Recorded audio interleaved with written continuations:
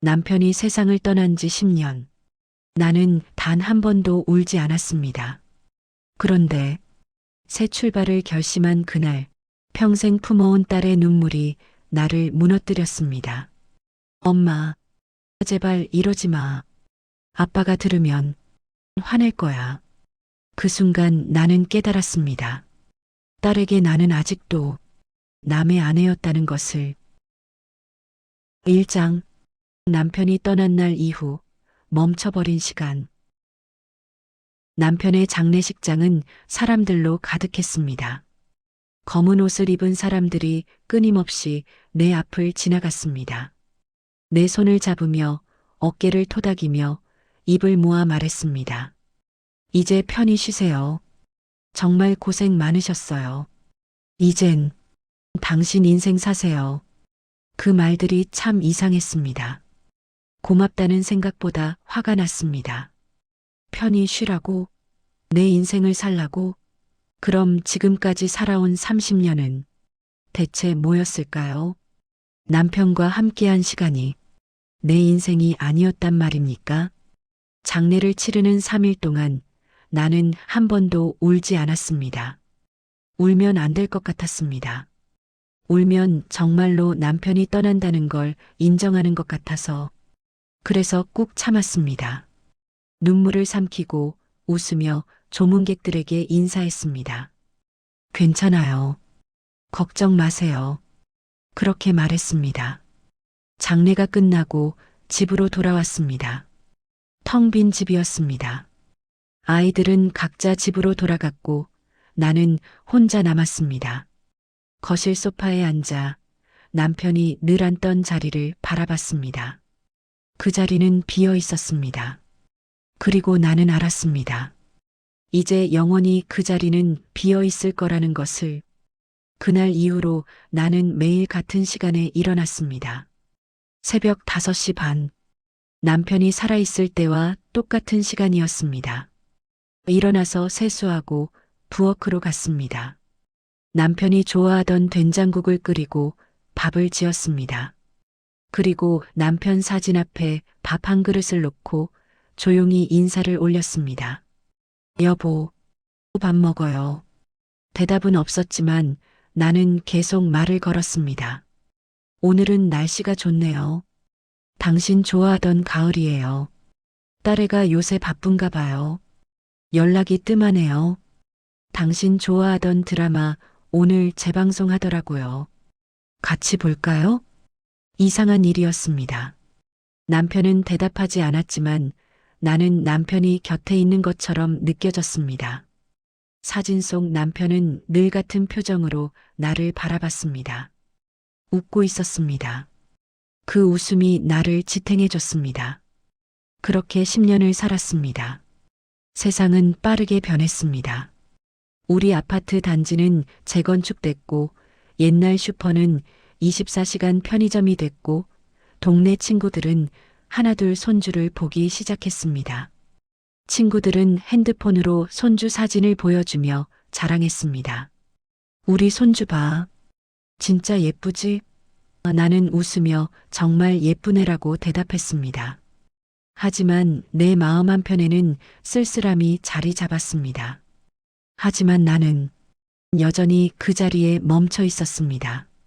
남편이 마지막으로 입었던 회색 카디건은 아직도 옷장에 걸려 있었습니다. 빨래하지 않았습니다.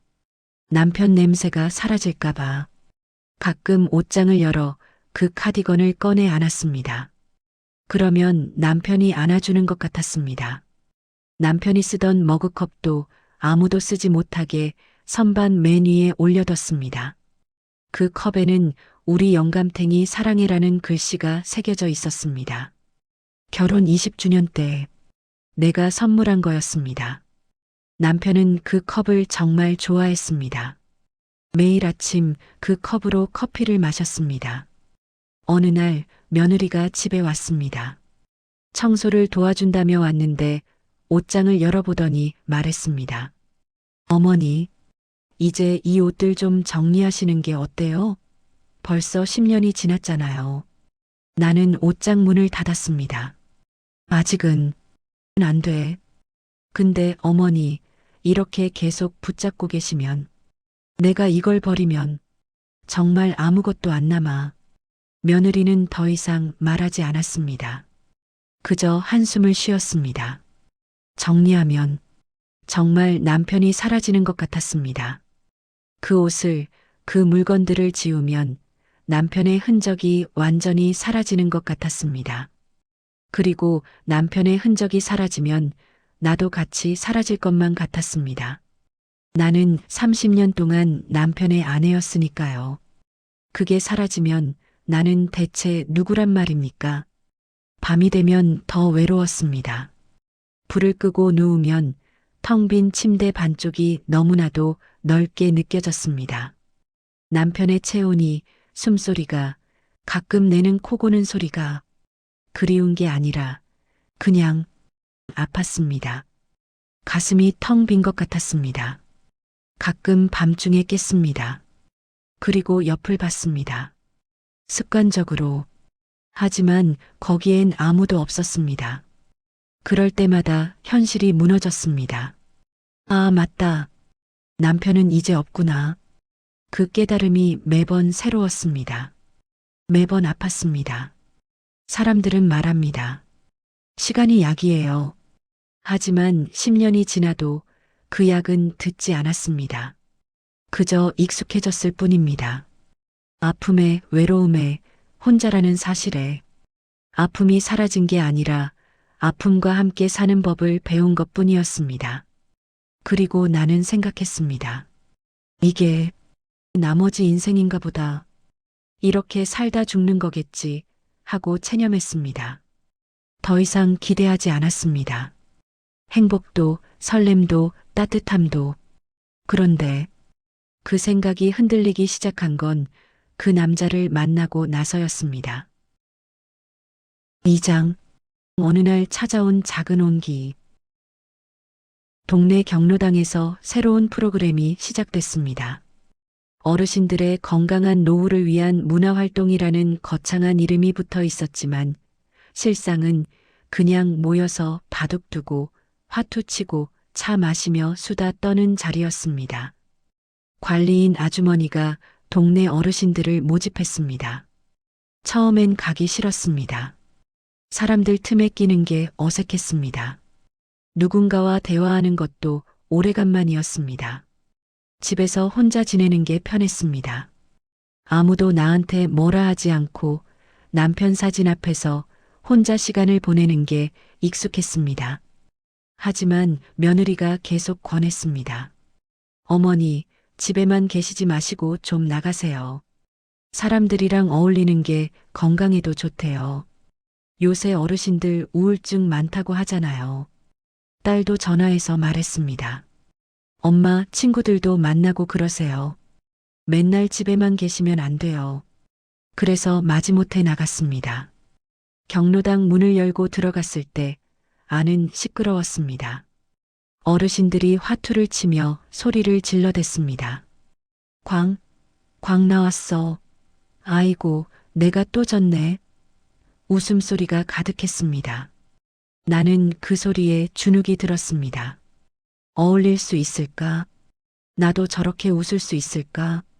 그때 구석자리에 혼자 앉아 있는 남자를 봤습니다. 그는 조용히 신문을 읽고 있었습니다. 다른 어르신들이 시끄럽게 화투를 치는 동안 그는 안경을 고쳤으며 천천히 기사를 읽었습니다. 그 모습이 왠지 낯설지 않았습니다. 남편도 그랬으니까요. 남편도 사람들 많은 곳보다는 조용한 곳을 좋아했고 신문 읽는 시간만큼은 누구도 방해받고 싶어 하지 않았습니다. 여보, 좀 조용히 해줘. 신문 읽고 있잖아. 남편이 자주 하던 말이었습니다. 나는 창가 자리에 앉았습니다. 그리고 차를 마시며 밖을 바라봤습니다. 어울리지 못했습니다. 사람들이 말을 걸어도 어색하게 웃기만 했습니다. 그렇게 몇 주가 지났습니다. 나는 계속 경로당에 갔지만 여전히 혼자였습니다. 사람들과 섞이지 못했습니다. 그저 차를 마시고 창밖을 보다가 집으로 돌아왔습니다. 그 남자도 마찬가지였습니다. 그는 여전히 구석자리에서 신문을 읽거나 혼자 차를 마셨습니다. 우리는 서로 말을 섞지 않았습니다. 그냥 같은 공간에 있을 뿐이었습니다. 그런데 어느 날 그가 바둑판 앞에 앉았습니다. 혼자였습니다. 바둑돌을 만지작거리며 혼자 복기를 하는 것 같았습니다. 나는 모르는 척 지나가려다가 문득 발걸음을 멈췄습니다. 남편도 바둑을 좋아했습니다.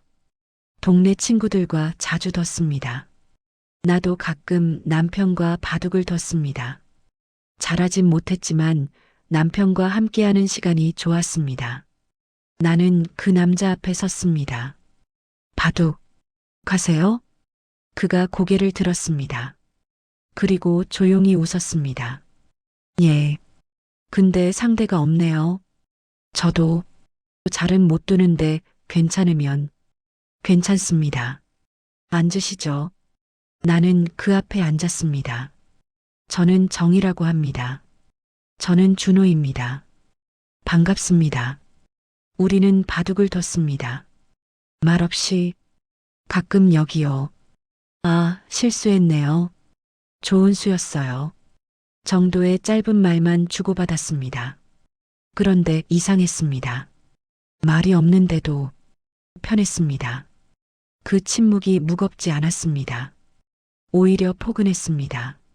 마치 오래 알던 사람과 함께 있는 것처럼.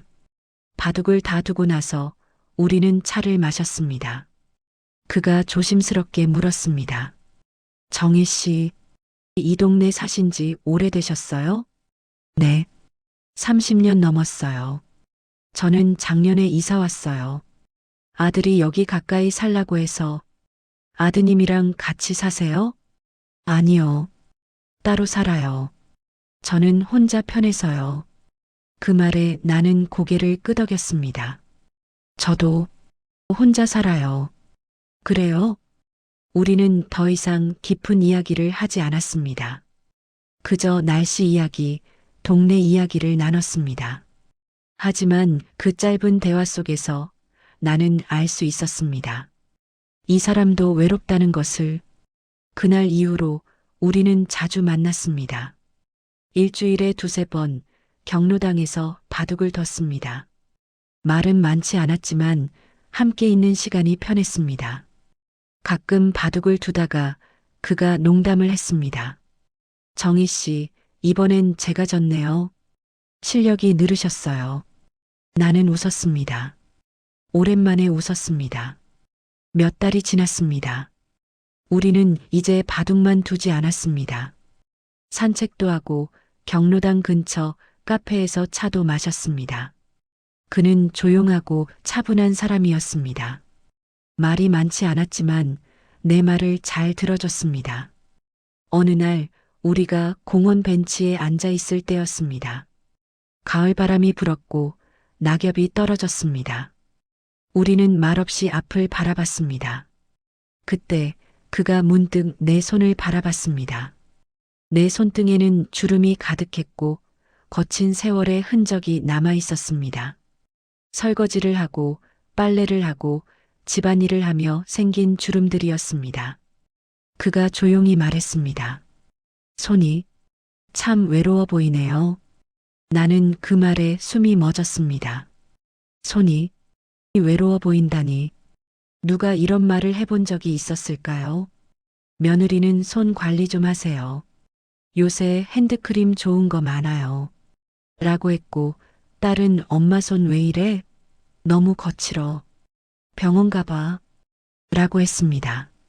하지만 아무도 내 손이 외롭다고 말한 사람은 없었습니다. 나는 입술을 깨물었습니다. 눈물이 날 것 같았습니다. 10년 동안 한 번도 울지 않았는데 그 말 한마디에 무너질 것 같았습니다. 나는 대답 대신 손을 내려다봤습니다. 그런가요? 그는 더 이상 묻지 않았습니다. 그저 조용히 옆에 앉아 있었습니다. 그날 이후 나는 그 말을 잊을 수가 없었습니다. 손이 외롭다니. 그 말은 마치 내 마음을 대신 말해준 것 같았습니다. 나는 외로웠습니다. 3장. 딸에게 털어놓은 새 출발. 그 남자, 준호 씨와 만난 지 6개월쯤 됐을 때였습니다. 우리는 일주일에 3번씩 만났습니다. 바둑을 두거나 산책을 하거나 그냥 앉아서 이야기를 나눴습니다. 그는 조금씩 자신의 이야기를 꺼냈습니다. 아내를 7년 전에 잃었어요. 그가 조용히 말했습니다. 암이었어요. 1년을 투병했는데 결국 못 이겼어요. 힘드셨겠어요. 많이 힘들었죠. 근데 지금은 그냥 그립네요.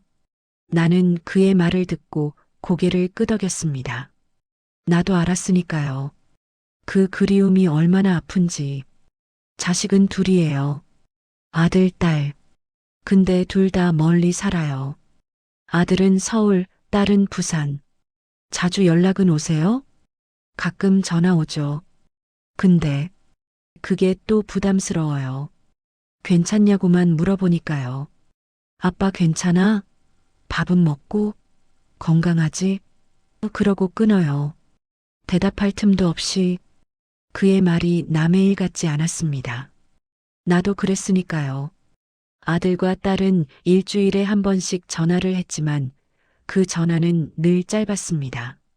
안부만 묻고 끊었습니다. 내가 정말 어떤지, 무슨 생각을 하는지, 외로운지는 묻지 않았습니다. 그날 우리가 카페에서 차를 마시고 있을 때 준호 씨가 조심스럽게 물었습니다. 저 혹시 부담스럽지 않으시면 같이 저녁 한번 드실래요? 제대로 된 식사요. 나는 놀랐습니다. 저녁이라니. 그건 뭔가 다른 의미처럼 느껴졌습니다. 경로당에서 차 마시는 것과는 달랐습니다. 나는 잠시 망설였습니다. 하지만 결국 고개를 끄덕였습니다. 좋아요. 우리는 작은 한식당에 갔습니다. 남편과 자주 가던 곳이 아니라 처음 가보는 곳이었습니다. 그게 중요했습니다. 남편의 그림자가 없는 곳, 남편과의 추억이 없는 곳, 그곳에서 나는 처음으로 편하게 웃었습니다. 남편 생각을 하지 않고 죄책감을 느끼지 않고 그냥 한 사람으로서 웃었습니다. 준호 씨는 천천히 밥을 먹으며 말했습니다. 정혜 씨랑 함께 있으면 편해요. 왜 그런지 모르겠어요. 저도요. 오랜만에 이렇게 편한 기분이에요. 정희 씨, 앞으로도 자주 만났으면 좋겠어요. 나는 고개를 끄덕였습니다. 그 후로 우리는 더 자주 만났습니다. 그는 나를 아주머니라고 부르지 않고 이름을 불렀습니다.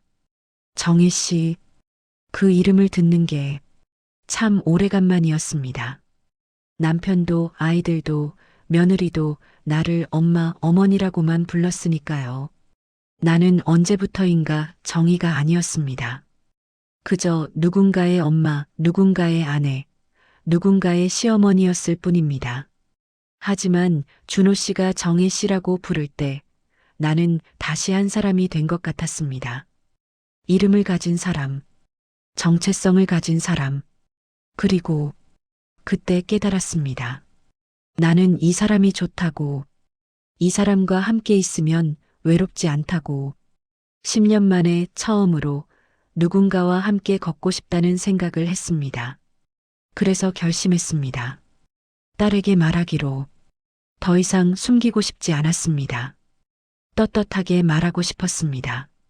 그날 저녁 나는 딸에게 전화했습니다. 은지야, 엄마야.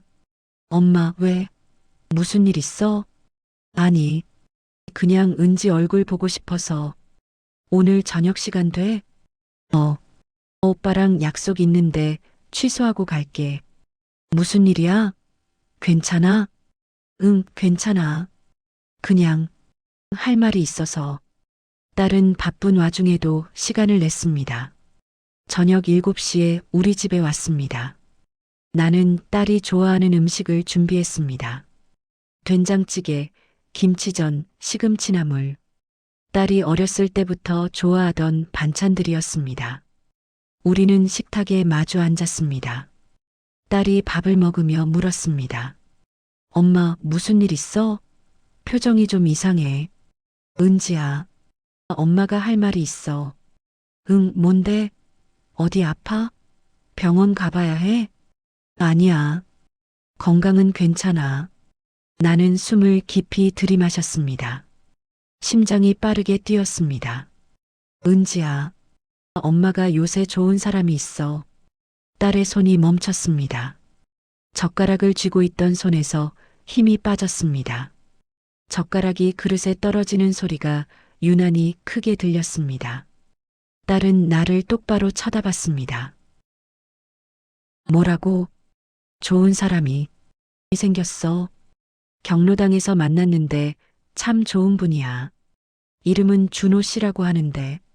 엄마, 그게 무슨 말이야? 엄마도 이제 혼자는 힘들어. 외로워. 누군가 옆에 있었으면 좋겠어. 딸의 얼굴이 굳었습니다. 표정이 일그러졌습니다. 엄마, 아직도 아빠 제사 지내잖아. 매년 빠짐없이. 아빠 사진 앞에 매일 밤 놓잖아. 아빠 옷도 그대로 두고. 아직도 아빠 사랑하잖아. 나는 입을 다물었습니다. 뭐라고 대답해야 할지 몰랐습니다. 사랑이 사라져서가 아니었으니까요. 그저 따뜻함이 그리웠을 뿐이었으니까요. 딸이 떨리는 목소리로 말했습니다. 엄마, 아빠 돌아가신 지 10년밖에 안 됐어. 10년이야. 짧잖아. 은지야, 10년이 짧은 시간이 아니야. 엄마한텐 정말 긴 시간이었어. 근데 왜 갑자기, 왜 이제 와서? 갑자기가 아니야. 엄마도 오래 생각했어. 근데 이제는 정말 외로워. 밤에 혼자 있으면 너무 무서워. 딸이 울먹이기 시작했습니다. 엄마, 제발 이러지 마. 그 눈물이 내 가슴을 찢었습니다. 아빠가 들으면 얼마나 슬퍼하실까. 엄마가 다른 남자랑 밥 먹고 산책하고 그러는 거 보면 아빠가 얼마나 마음 아파하실까. 은지야. 딸은 일어섰습니다. 핸드백을 집어들었습니다. 나 먼저 갈게. 오늘은 좀 충격이야. 은지야, 엄마 말 좀 더 들어봐. 엄마, 나도 생각 좀 해볼게. 근데 정말 실망이야. 문이 닫혔습니다. 나는 그 자리에 혼자 남았습니다. 텅 빈 식탁 앞에서 딸이 먹던 밥그릇이 그대로 놓여 있었습니다. 나는 그 밥그릇을 치우지 못했습니다. 한참을 그대로 앉아 있었습니다. 그리고 처음으로 생각했습니다. 내가 잘못한 걸까? 사장, 가족들의 폭풍 같은 반응. 그날 밤 딸에게서 전화가 왔습니다. 밤 11시였습니다. 나는 잠들지 못하고 소파에 앉아 있었습니다. 전화벨 소리에 깜짝 놀라 핸드폰을 집어들었습니다. 여보세요. 엄마. 딸의 목소리였습니다. 차가웠습니다. 은지야. 엄마 오빠한테 말했어. 나는 숨이 멎었습니다. 뭐라고 하던? 충격받았대. 아무 말도 못하더라. 엄마, 오빠가 내일 엄마 집에 간대. 전화가 끊겼습니다. 나는 핸드폰을 내려놓았습니다. 손이 떨렸습니다. 다음 날 오후 아들이 찾아왔습니다. 문을 열자 아들은 무표정한 얼굴로 서 있었습니다. 들어와. 네. 우리는 거실에 앉았습니다. 아들은 차를 마시지도 않고 나를 똑바로 쳐다봤습니다. 엄마, 은지한테 들었어요. 응? 무슨 생각으로 그러세요? 아들의 목소리는 낮았지만 화가 나 있었습니다. 엄마도 사람이야. 외로울 수 있잖니. 아빠 돌아가신 지 10년밖에 안 됐어요. 10년이요, 엄마. 10년이 적은 시간이 아니야. 민수야, 너는 아내가 옆에 있잖니. 근데 엄마는 혼자야. 10년 동안 매일 밤 혼자 잠들었어. 그래도 엄마는 아빠를 사랑했잖아요. 그렇게 잘 모셨잖아요. 사랑했지. 지금도 사랑해. 근데 그게 내가 평생 혼자 살아야 한다는 의미는 아니잖니. 아들이 한숨을 쉬었습니다. 엄마, 사람들이 뭐라고 할 것 같아요? 동네 사람들 다 아는데. 엄마가 아빠 얼마나 잘 모셨는지. 사람들 말이 뭐가 중요해? 중요하죠. 엄마 명예가 걸린 문제예요. 우리 가족 이미지도 있고. 민수야, 엄마 인생인데 왜 남들 눈치를 봐야 해? 엄마는 모르세요. 요새 세상이 얼마나 무서운지. SNS에 올라가기라도 하면 난리 나요. 나는 아무 말도 할 수 없었습니다. 아들은 일어섰습니다. 엄마, 제 말은요. 좀 더 생각해 보세요. 그 사람도 잘 알아보시고, 섣부른 결정하지 마시고. 민수야, 저 먼저 갈게요. 회의 있어서요. 아들은 갔습니다. 나는 그 자리에 주저앉았습니다. 며칠 후 며느리가 찾아왔습니다. 손에는 과일 바구니를 들고 있었습니다. 웃으며 들어왔습니다. 어머니, 안녕하세요. 응, 들어와. 며느리는 과일을 냉장고에 넣고 차를 준비했습니다. 그리고 내 옆에 앉았습니다. 어머니, 요새 고민 많으시죠? 응, 저도 민수 오빠한테 들었어요. 그랬구나. 며느리가 내 손을 잡았습니다. 따뜻했습니다. 어머니, 저는 어머니 마음 이해해요. 혼자 사시는 게 얼마나 힘드실까. 저도 알아요. 만약 제가 어머니 나이에 혼자 된다면 저도 외로울 것 같아요. 나는 고개를 들었습니다. 이해해준다는 말에 가슴이 조금 풀리는 것 같았습니다. 고마워. 하지만 며느리는 이어서 말했습니다. 근데요, 어머니. 너무 빨리 결정하신 거 아니에요? 6개월 만났다고 했죠? 그건 좀 짧은 것 같아요. 사람을 제대로 알려면 적어도 1년, 2년은 지켜봐야죠. 그 사람 좋은 사람이야. 진실해. 근데 어떻게 알아요? 혹시 돈이 목적일 수도 있고, 어머니 아파트가 목적일 수도 있고, 그런 사람 아니야.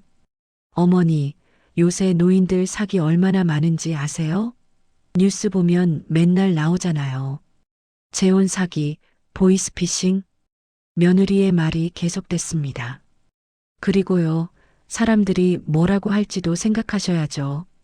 동네 사람들도 다 알잖아요. 어머니가 얼마나 남편분 잘 모셨는지. 제사도 빠짐없이 지내시고, 집안 대소사 다 챙기시고. 그런데 갑자기 재혼한다고 하면 사람들이 이상하게 생각할 거예요. 사람들 말이 뭐가 중요한데. 어머니, 창피하잖아요. 그 말에 나는 숨이 막혔습니다. 창피하다니. 내가 창피한 사람인가요? 그리고 아이들도 생각하셔야죠. 은지랑 민수 오빠도 상처받았어요. 아버님 잃은 슬픔도 채가시지 않았는데 엄마가 다른 남자를 만난다니 얼마나 충격이겠어요. 내 인생인데 어머니도 아시잖아요. 가족이 먼저라는 거. 우리는 가족이잖아요. 며느리는 과일을 깎아주고 갔습니다. 어머니, 제 말 오해하지 마세요. 저는 어머니 편이에요. 그래서 이렇게 솔직하게 말씀드리는 거예요. 나중에 후회하시면 안 되니까요. 문이 닫혔습니다. 나는 그 과일을 먹을 수 없었습니다. 목이 메었습니다. 창피하다는 말이 계속 맴돌았습니다. 며칠 후 딸에게서 문자가 왔습니다. 엄마, 나 친구한테 물어봤어. 그 나이에 재혼하는 거 어떻게 생각하냐고. 친구가 그러는데 요새 노인들 재혼 사기 진짜 많대. 조심하래. 그리고 솔직히 주변에서 좋게 안 본대.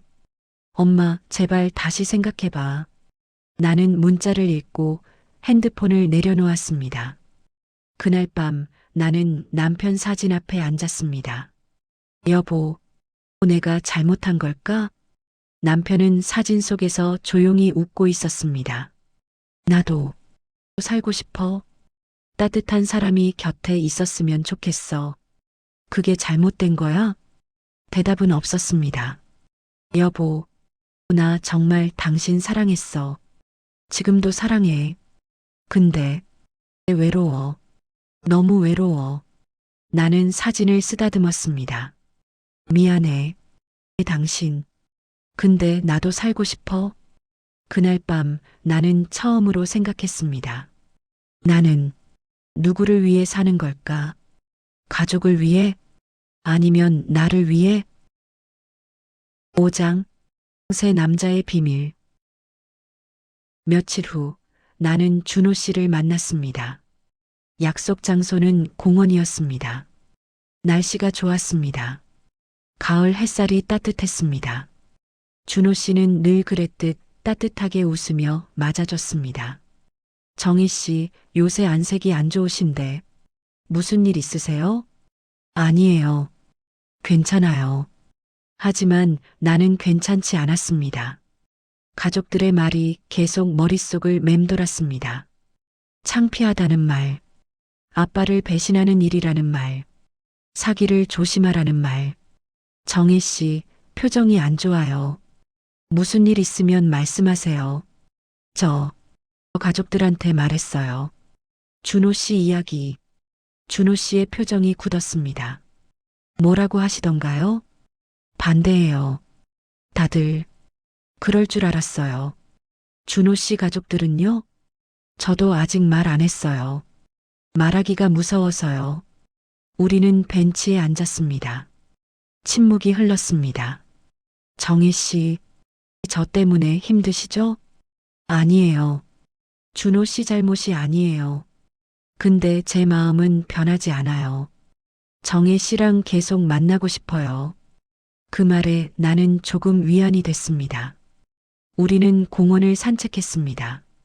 단풍이 지고 바람이 차가웠습니다. 준호 씨가 말했습니다.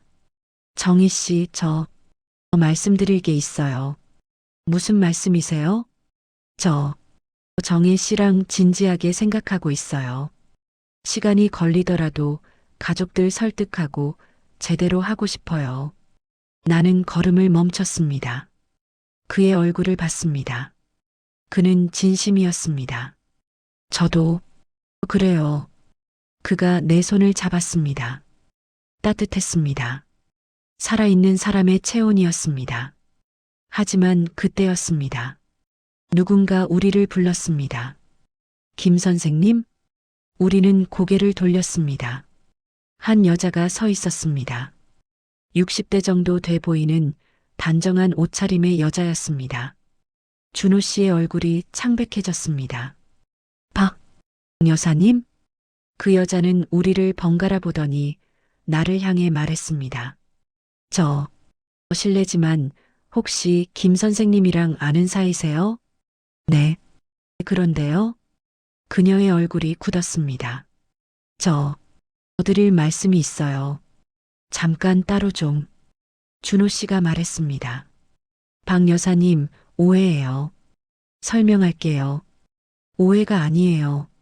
저한테 뭘 하셨는지 다 기억해요. 그녀는 나를 따로 불렀습니다. 준호 씨는 난처한 표정으로 서 있었습니다. 우리는 조금 떨어진 벤치에 앉았습니다. 그녀가 말했습니다. 저 작년에 저 사람 만났어요. 경로당에서. 네, 저 사람 저한테도 똑같이 했어요.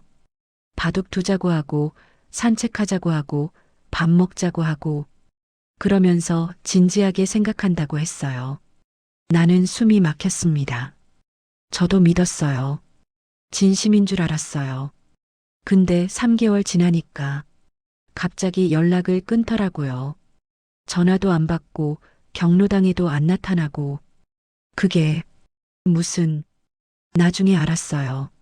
저 사람이 다른 여자도 만나고 있었다는 거. 저만 그런 줄 알았는데 또 다른 사람한테 그러고 있네요.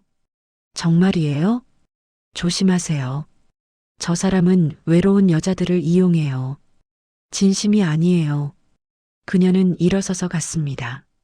나는 그 자리에 멍하니 앉아 있었습니다. 준호 씨가 다가왔습니다. 정희 씨, 설명할게요. 설명이 필요해요?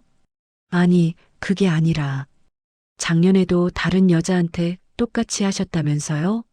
3개월 만나다가 갑자기 연락 끊으셨다면서요? 그의 얼굴이 더 창백해졌습니다. 그건 사정이 있었어요. 사정이요? 박 여사님, 그분이 너무 집착하셔서요. 매일 전화하고 자꾸 집에 찾아오고 저는 부담스러웠어요. 그래서 연락을 끊었어요. 그럼 왜 제대로 말씀 안 하셨어요? 왜 그냥 연락을 끊으세요? 죄송해요. 제가 잘못했어요. 그리고 다른 여자도 만나셨다는데 그건 뭐예요? 준호 씨는 한참을 말이 없었습니다. 그리고 조용히 말했습니다. 저도 외로웠어요. 그래서 여러 사람을 만났어요. 근데 정희 씨는 달라요. 진심이에요. 뭐가 다른데요? 저한테도 똑같이 하시는 거 아니에요? 아니에요. 준호 씨의 목소리가 커졌습니다. 정희 씨는 정말 달라요. 저는 정희 씨를 진심으로 좋아해요. 나는 일어섰습니다. 오늘은 먼저 갈게요. 정희 씨, 나는 돌아보지 않고 걸었습니다. 가슴이 무너지는 것 같았습니다. 가족들의 반대도 견뎌냈는데, 이제 그 사람마저 믿을 수 없게 된 건가요? 집으로 돌아와 소파에 앉았습니다. 눈물이 났습니다. 10년 만에 처음으로 며느리 말이 맞았나 봅니다. 사귀일지도 모른다는 말, 조심하라는 말. 나는 바보였습니다. 외로움에 속은 바보였습니다.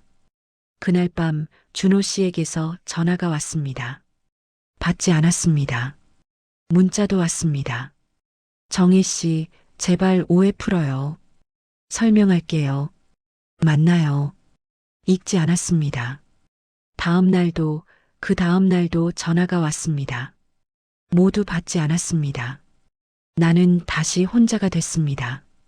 그리고 생각했습니다. 역시 나는 이렇게 사는 게 맞나 보다. 혼자 사는 게 맞나 보다. 6장, 딸의 눈물, 그리고 폭발한 감정. 일주일이 지났습니다. 준호 씨에게서 더 이상 연락이 오지 않았습니다. 나도 연락하지 않았습니다. 나는 다시 예전의 생활로 돌아갔습니다. 새벽에 일어나 남편 사진 앞에 밥을 놓고 혼자 차를 마시고 텔레비전을 보다가 잠들었습니다. 아무것도 변한 게 없었습니다. 아니, 변한 게 하나 있었습니다. 더 외로워졌다는 것.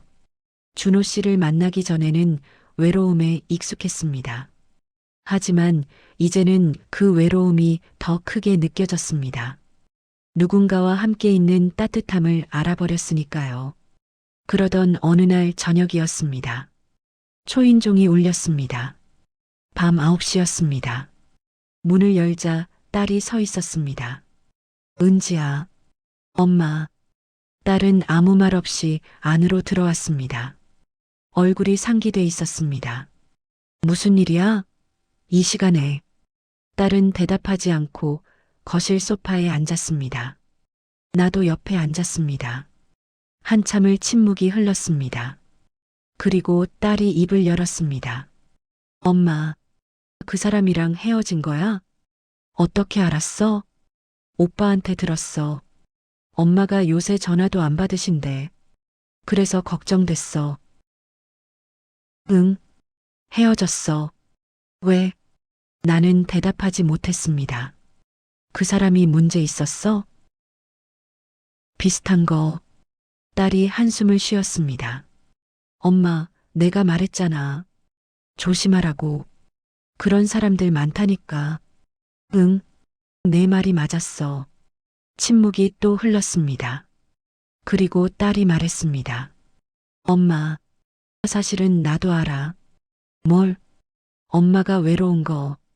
나는 고개를 들었습니다. 딸의 눈에 눈물이 고여 있었습니다. 근데 나는 무서워. 엄마가 다른 사람이랑 행복해지면 나는 버려지는 것 같아. 은지야, 아빠 돌아가시고 나서 나는 엄마만 있었어. 엄마가 전부였어. 오빠는 자기 가정 있고 친구들은 다들 바쁘고 나한텐 엄마밖에 없었어. 딸이 울기 시작했습니다. 근데 엄마가 재혼하면 나는 이제 필요 없는 사람이 되는 거잖아. 엄마는 새 가족이 생기고 나는 엄마 인생에서 점점 사라지는 거잖아. 그게 무슨 말이야? 엄마가 언제 너를 버린다고 했어? 말은 안 해도 그렇게 되잖아. 엄마는 새로운 사람한테 신경 쓰게 되고 나는 옆으로 밀려나는 거야. 나는 딸의 손을 잡았습니다. 은지야, 엄마는 절대 너를 버리지 않아. 절대로. 그래도 무서워. 난 아직도 아빠 꿈을 꿔. 아빠가 나한테 말하는 꿈. 은지야, 엄마 잘 부탁해. 그렇게 말하는 꿈. 근데 엄마가 재혼하면 나는 아빠한테 뭐라고 말해? 아빠 미안해. 나 엄마 못 지켰어. 그렇게 말해야 해? 딸은 계속 울었습니다. 엄마가 행복해지는 게 나쁜 건 아니야. 나도 알아. 근데 나는 아직 준비가 안 됐어. 아빠 없는 것도 아직 익숙하지 않은데 엄마까지 멀어지면 나는 정말 혼자가 되는 거잖아. 나는 딸을 안았습니다. 딸은 내 품에서 한참을 울었습니다. 어렸을 때처럼. 그리고 깨달았습니다. 넷의 출발이 딸에게는 이별로 느껴진다는 것을, 내가 행복해지는 것이 딸에게는 버림받는 것처럼 느껴진다는 것을. 미안해, 은지야. 엄마가 생각이 짧았어. 엄마는 엄마 생각만 했지. 내 마음은 생각 안 했어. 아니야, 엄마. 엄마 잘못 아니야. 내가 이기적인 거야. 엄마 행복도 생각해야 하는데 나는 내 생각만 했어. 우리는 한참을 안고 울었습니다. 그날 밤 딸은 내 집에서 잤습니다. 어렸을 때처럼 내 옆에 누워서 엄마, 나 아직 준비가 안 됐어. 응, 알아. 조금만 기다려줘. 내가 마음 정리할게. 그래, 엄마가 기다릴게. 하지만 나는 알고 있었습니다. 기다린다는 건 결국 포기한다는 말과 같다는 것을. 딸이 잠든 후 나는 거실로 나왔습니다. 남편 사진 앞에 앉았습니다. 여보, 나 어떡하면 좋아? 대답은 없었습니다. 딸은 아직 준비가 안 됐대. 나도 딸 마음 상하게 하고 싶지 않아. 근데 나도 외로워. 눈물이 났습니다. 여보, 미안해. 당신한테 미안하고 딸한테도 미안하고 나한테도 미안해. 그날 밤 나는 처음으로 생각했습니다. 나는 영원히 혼자인가 보다. 7장. 내가 선택한 길. 며칠 동안 나는 고민했습니다. 밤에 잠을 이룰 수 없었습니다. 눈을 감으면 여러 생각이 머릿속을 맴돌았습니다. 딸의 눈물, 아들의 실망한 표정, 며느리의 걱정, 그리고 준호 씨의 마지막 얼굴. 나는 뭘 원하는 걸까? 가족들의 행복? 아니면 내 행복? 그 둘을 동시에 가질 수는 없는 걸까?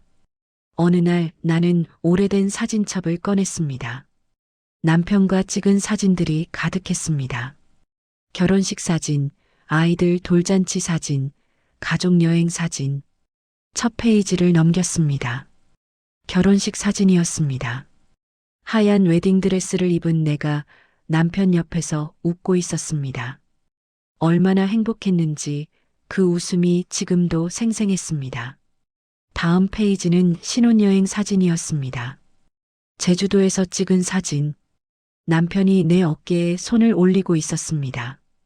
우리는 둘 다 웃고 있었습니다. 페이지를 계속 넘겼습니다. 아이들이 태어나고 자라고 가족이 함께 웃는 사진들. 그 사진 속 나는 항상 행복해 보였습니다. 하지만 지금의 나는 언제부터 웃지 않게 됐을까? 사진첩을 덮었습니다. 그리고 남편 사진을 마주 봤습니다. 여보, 나 솔직히 말할게. 남편은 조용히 웃고 있었습니다. 나 그 사람 좋았어. 당신만큼은 아니지만 그래도 좋았어. 눈물이 흘렀습니다. 그 사람은 내가 혼자라서 찾은 게 아니야. 살고 싶어서 찾은 사람이야. 10년 동안 나는 살아있는 게 아니라 버티고 있었어. 근데 그 사람을 만나면서 처음으로 살고 싶다는 생각을 했어. 눈물이 사진 위로 떨어졌습니다. 당신도 알잖아. 나 혼자서는 못 살아. 난 항상 누군가 옆에 있어야 하는 사람이야. 당신이 살아있을 때도 그랬잖아. 당신 없으면 나는 아무것도 못하는 사람이었잖아. 한참을 울었습니다. 미안해. 당신. 근데 나 이제 살고 싶어. 제대로 살고 싶어. 그날 밤 나는 결심했습니다. 남편에게도 딸에게도 나에게도 정직한 선택을 하기로. 다음 날 나는 준호 씨에게 전화했습니다. 한참을 망설이다가 번호를 눌렀습니다. 여보세요. 준호 씨의 목소리였습니다. 저예요. 정희예요. 정희 씨, 만날 수 있을까요? 물론이죠. 언제, 어디서? 공원에서요. 오후 2시에. 네, 알겠습니다. 우리는 공원에서 만났습니다. 준호 씨는 나를 보자마자 다가왔습니다. 정희 씨, 그동안 정말 죄송했어요. 제가 설명을. 아니에요. 듣고 싶지 않아요. 네, 과거는 중요하지 않아요. 지금이 중요하죠. 준호 씨가 나를 봤습니다. 그럼, 준호 씨, 지금 저한테 진심이세요? 네, 진심이에요. 정희 씨는 정말 다른 분이에요. 제가 진심으로 좋아하는 사람이에요. 그럼 됐어요. 나는 그의 손을 잡았습니다. 우리 천천히 가요. 급하지 않아요. 제대로 시작해요. 고맙습니다, 정희 씨. 정말 고맙습니다. 우리는 그렇게 다시 시작했습니다. 천천히, 조심스럽게. 하지만 이번엔 확신을 가지고. 그날 저녁 나는 딸에게 전화했습니다. 은지야, 엄마야. 엄마, 무슨 일이야? 은지야, 엄마 말 좀 들어줄래? 응. 엄마, 그 사람 다시 만나기로 했어. 전화 너머로 침묵이 흘렀습니다. 은지야? 응. 들어. 미안해. 근데 엄마도 살고 싶어. 엄마도 사람이야. 행복하고 싶어. 알아, 엄마. 내 마음 상하게 해서 미안해. 근데 엄마는 이제 정말 살고 싶어. 딸이 말했습니다. 엄마, 나도 생각 많이 했어. 내가 이기적이었던 것 같아. 아니야, 은지야. 아니야, 엄마. 나는 내 생각만 했어. 엄마 마음은 생각 안 했어. 미안해, 엄마. 나는 눈물이 났습니다. 고마워. 은지야. 엄마, 천천히 해. 나도 마음 정리할게. 시간 좀 줘. 응, 고마워. 전화를 끊고 나는 남편 사진 앞에 앉았습니다. 여보, 이제 정말 시작하려고요. 우리 딸도 이해해 주려고 하네요. 고마운 딸이에요. 남편은 사진 속에서 웃고 있었습니다.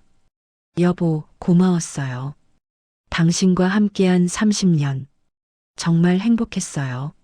나는 사진을 쓰다듬었습니다. 이제 나도 진짜 살아볼게요. 8장 마지막 반전. 딸이 내 문 앞에 남긴 편지. 그로부터 한 달쯤 지났을 때였습니다. 나는 준호 씨와 계속 만났습니다. 천천히 조심스럽게. 이번엔 서두르지 않았습니다. 준호 씨도 자신의 자식들에게 말했다고 했습니다. 처음엔 반대했지만 시간을 두고 설득했다고 했습니다. 아들이 그러더라고요. 아빠도 행복할 권리 있죠. 그 말 듣고 울었어요. 우리는 미래를 구체적으로 계획하지 않았습니다. 그저 오늘을 함께하는 것에 집중했습니다. 어느 날 아침이었습니다. 나는 평소처럼 새벽에 일어났습니다. 남편 사진 앞에 인사를 하고 차를 끓였습니다. 현관문을 열어 신문을 가져오려고 했습니다. 그런데 문 앞에 뭔가 놓여 있었습니다. 편지였습니다. 하얀 봉투에 딸의 필체로 이렇게 쓰여 있었습니다. 엄마에게. 나는 편지를 집어들고 안으로 들어왔습니다. 소파에 앉아 천천히 봉투를 뜯었습니다. 편지지가 나왔습니다. 딸의 글씨였습니다. 엄마, 나 은지야. 편지 쓰는 게 오래간만이네. 엄마한테 마지막으로 편지 쓴 게 언제였더라. 중학생 때 어버이날인가. 그때 이후로 처음이네. 엄마 미안해. 그동안 나 엄마 마음 생각 안 하고 내 마음만 생각했어. 아빠 잃은 건 나만이 아니었는데 나만 힘든 것처럼 굴었어. 엄마는 나보다 훨씬 더 외로웠을 텐데. 나는 그걸 몰랐어. 아니, 알면서도 모른 척했어. 며칠 전에 오빠랑 통화했어. 오빠가 그러더라. 은지야, 엄마도 사람이야. 행복할 권리 있지. 우리가 엄마 인생 다 책임질 수도 없고. 그 말 듣고 울었어. 맞아. 엄마도 사람이야. 내가 엄마를 엄마로만 봤구나. 한 사람으로 보지 못했구나. 아빠가 돌아가시고 나서 엄마는 항상 웃으면서 괜찮아. 엄마 괜찮아라고 했잖아. 나는 그 말을 믿었어. 진짜 괜찮은 줄 알았어. 근데 엄마가 그 사람 만난다고 했을 때 나는 화가 났어. 왜 엄마가 나를 버리고 다른 사람한테 가려고 해? 그런 생각만 했어. 근데 생각해봤어. 엄마가 나를 버린 게 아니라 엄마도 살고 싶었던 거였구나. 엄마. 생각해보니까 아빠도 엄마가 평생 혼자 살길 바라진 않았을 것 같아. 아빠는 엄마 사랑했잖아. 엄마 행복하길 바랐잖아. 내가 어렸을 때 아빠가 그랬어. 은지야, 세상에서 제일 소중한 게 뭔지 알아? 엄마 웃는 얼굴이야. 그렇게 말했어. 그러니까 엄마가 행복 찾는 거 아빠도 응원할 거야. 나도 이제 엄마 응원할게. 엄마 행복 찾는 거 내가 도울게. 더 이상 엄마 붙잡지 않을게. 엄마, 이제 진짜 엄마 인생 살아. 내가 항상 엄마 옆에 있을게. 엄마가 어떤 선택을 하든 나는 엄마 편이야. 엄마가 웃으면 나도 행복해. 그걸 이제야 깨달았어. 미안해, 엄마. 그리고 사랑해. 엄마의 딸 은지가. 나는 편지를 읽고 또 읽었습니다. 눈물이 멈추지 않았습니다. 10년 동안 한 번도 울지 않았는데 이 한 달 동안 참 많이 울었습니다. 나는 그 자리에서 무릎을 꿇고 울었습니다. 얼마나 울었을까? 한참을 울었습니다. 그리고 깨달았습니다. 10년 만에 드디어 나는 다시 살아있는 사람이 되고 싶었습니다. 편지를 가슴에 안고 나는 남편 사진 앞에 앉았습니다. 여보, 우리 딸 컸네요. 이렇게 철이 들었어요. 남편은 여전히 사진 속에서 웃고 있었습니다. 여보, 이제 나도 진짜 살아볼게요. 우리 딸도 응원해 주니까요. 나는 사진을 쓰다듬었습니다. 고마웠어요. 당신과 함께한 30년. 정말 행복했어요. 평생 잊지 않을 거예요. 그날 오후 나는 준호 씨에게 전화했습니다. 저예요. 정희 씨, 무슨 일이세요? 목소리가 울으셨어요? 괜찮아요. 행복해서 운 거예요. 정희 씨, 준호 씨, 오늘 저녁 같이 먹을래요? 물론이죠. 어디서 만날까요? 우리 집으로 오세요. 제가 저녁 준비할게요. 정말이요? 네. 이제 제대로 시작하고 싶어요. 전화를 끊고 나는 거울을 봤습니다. 거울 속 내 얼굴에는 미소가 번져 있었습니다. 오랜만에 보는 미소였습니다. 살아있는 사람의 미소였습니다. 나는 부엌으로 가서 저녁 준비를 시작했습니다. 오랜만에 정성껏 요리를 했습니다. 저녁 6시 초인종이 울렸습니다. 문을 열자 준호 씨가 꽃다발을 들고 서 있었습니다. 들어오세요. 정희 씨, 이거 받으세요. 나는 꽃을 받았습니다. 얼마 만에 받아보는 꽃일까요? 고마워요. 우리는 식탁에 앉아 저녁을 먹었습니다. 이야기를 나눴습니다. 웃었습니다. 그날 밤 준호 씨가 돌아간 후 나는 남편 사진 앞에 앉았습니다. 여보, 오늘 좋은 사람 집에 왔어요. 당신도 좋아하셨을 것 같아요. 남편은 사진 속에서 웃고 있었습니다. 이제 나도 살게요. 제대로. 그날 밤 나는 처음으로 편안하게 잠들었습니다. 사랑하는 사람을 떠나보낸다는 건 그 사람과의 시간을 끝낸다는 게 아닙니다. 그저 다른 방식으로 사랑하는 거죠. 가슴 속에 안고 기억 속에 품고 그러면서도 다시 살아가는 겁니다. 나는 이제 압니다. 남편을 사랑한다는 것과 새로운 사람을 만난다는 것이 서로 모순이 아니라는 걸, 오히려 그것이 삶을 존중하는 방식이라는 걸 딸이 말했습니다. 엄마, 이제 진짜 엄마 인생 살아. 그래요. 이제 나도 살고 싶습니다. 한 사람으로서, 한 여자로서, 그리고 무엇보다 나로서. 당신도 괜찮으시죠? 구독과 좋아요, 알림 설정 부탁드립니다.